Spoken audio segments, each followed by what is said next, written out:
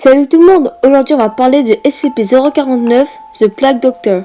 Allez, c'est parti.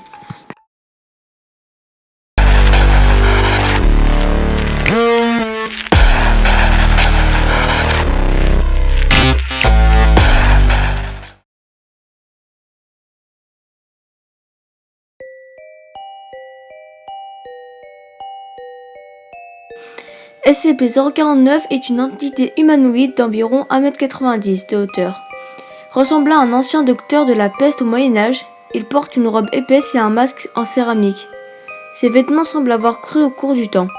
C'est-à-dire que la robe et les gants semblables à un cuir épais sont accumulés dans la peau alors que le masque est composé d'os, ce qui représente le visage de SCP-049. Mais désormais quasiment indistinct de la forme se trouvant en dessous, quelle qu'elle soit, mais les passages en rayon X montrant bel et bien qu'il y a une structure osseuse humanoïde sous la couche extérieure. SCP-049 est capable de parler une variété de langues, mais semble préférer l'anglais ou le français médiéval car l'entité dit être originaire de la France du XVe siècle, mais admet toutefois avoir particulièrement bien voyagé. SCP-049 est généralement coopératif avec la Fondation, mais peut devenir agressif s'il sent qu'il est en présence de la pestilence. Sans surveillance, SCP-049 tente généralement de tuer tous les individus concernés, mais après les avoir tués, il manifestera de la frustration ou des remords en précisant qu'elles n'ont pas servi à grand chose.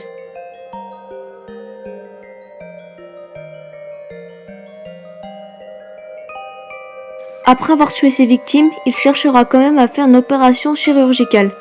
Si les opérations ne sont pas toujours bien réussies, cela crée souvent des instances de SCP-049-2. Les instances de SCP-049-2 sont des cadavres réanimés que SCP-049 a opérés. Ces instances ne conservent visiblement pas de souvenirs antérieurs, fonctions cognitives et n'ont ni de mécanisme de réaction. Ces instances sont généralement passives, se déplacent très lentement et de manière globalement maladroite. Elles peuvent se montrer extrêmement agressives si elles sont provoquées ou si SCP-049 le leur demande.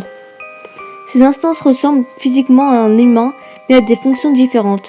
Malgré ça, SCP-049 affirmera souvent que les sujets ont été guéris. SCP-049 doit être confiné dans une cellule sécurisée de confinement pour humanoïdes. Il doit recevoir un sédatif avant toute tentative de transport. Il doit être gardé par 2 gardes armés minimum et même s'il est généralement coopératif avec la Fondation, les sursauts ou changements de comportement doivent être traités avec force. Les membres du personnel ne doivent en aucun cas entrer en contact avec SCP-049 pendant ces sursauts. Pour faciliter le confinement, le personnel fournit à SCP-049 un animal récemment décédé une fois toutes les 2 semaines. Les cadavres qui deviennent des instances de SCP-049-2 doivent être évacués de la cellule. Et bien voilà, c'est la fin de la vidéo, j'espère qu'elle vous aura plu et à très bientôt dans une prochaine vidéo. Salut!